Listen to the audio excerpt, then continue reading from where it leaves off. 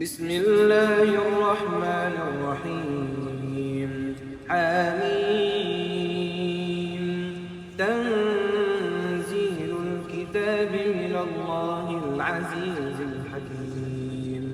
ما خلقنا السماوات والأرض وما بينهما إلا بالحق وأجل مسمى والذين كفروا عما أنذروا معرضون.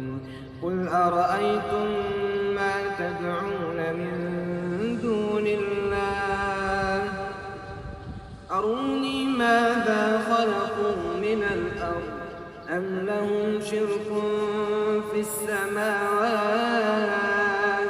ائتوني بكتاب من قبل هذا أو أثارة من علم إن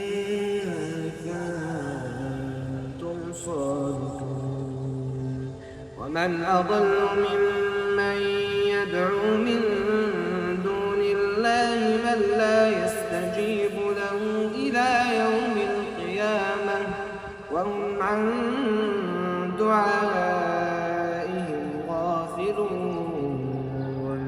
وإذا حشر الناس كانوا لهم أعداء وكانوا بعبادتهم كافرين.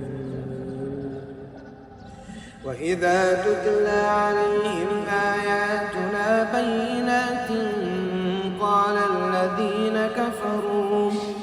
الذين كفروا للحق لما جاءهم هذا سحر مبين أم يقولون افتراه قل إن افتريته فلا تملكون لي من الله شيئا هو أعلم بما تفيضون فيه كفى به شهيدا بيني وبينكم وهو الغفور الرحيم.